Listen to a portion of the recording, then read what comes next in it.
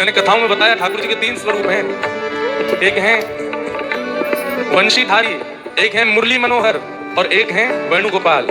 वेणु, वंशी और मुरली, ये 3 कैटेगरी है वंशी की भी। सबसे पहले ठाकुर जी का दर्शन जो होता है वो कैसे होगा? वंशीधारी। वंशीधारी कैसे होंगे कि भुजाएं जो हैं वो मुखमंडल से थोड़ी नीचे और वंशी यहां धारण की है और नीचे ठाकुर जी की वेणु आ रही है, वंशी आ रही है। और बिल्कुल अधर के बगल में ही दोनों हस्त कमल है, ये मुरली मनोहर है। बंधुओं, एक बात आपको बताऊं, आप आकलन मत करना कि अच्छा बिहारी जी की तो यहाँ है, राधा रमण जी की यहाँ है, राधा वल्लभ जी की यहाँ है। नहीं, आपकी जैसी भावना होगी भुजा उतनी ऊपर नीचे होगी, अनुभव आपको हो जाएगा।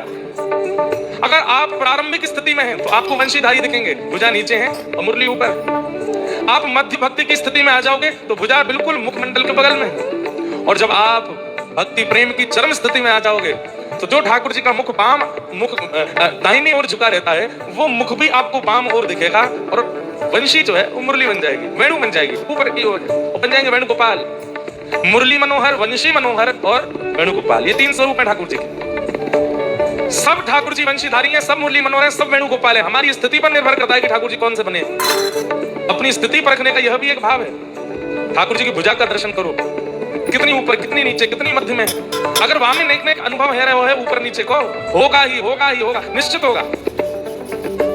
नीचे है तो अभी प्रारंभ है, मध्य में है तो अभी मध्यस्थ हो, और भुजा ऊपर है तो या को मतलब है अब प्रेम की स्थिति में पहुंच चुके। वंशी संकेत कराती है कि आप किस स्थिति में। जब किसी को रिझाना होता है तो ऐसे वंशी बजाई जाती है, जब अपने सामने बैठे होते हैं तो ऐसे बजाते हैं, और जब श्री प्रिया जी ठाकुर जी के आगे आ जाती है ठाकुर जी बिल्कुल ऐसे है और ऐसे करके फिर बजाते हैं, बिल्कुल टूट करके बजावे।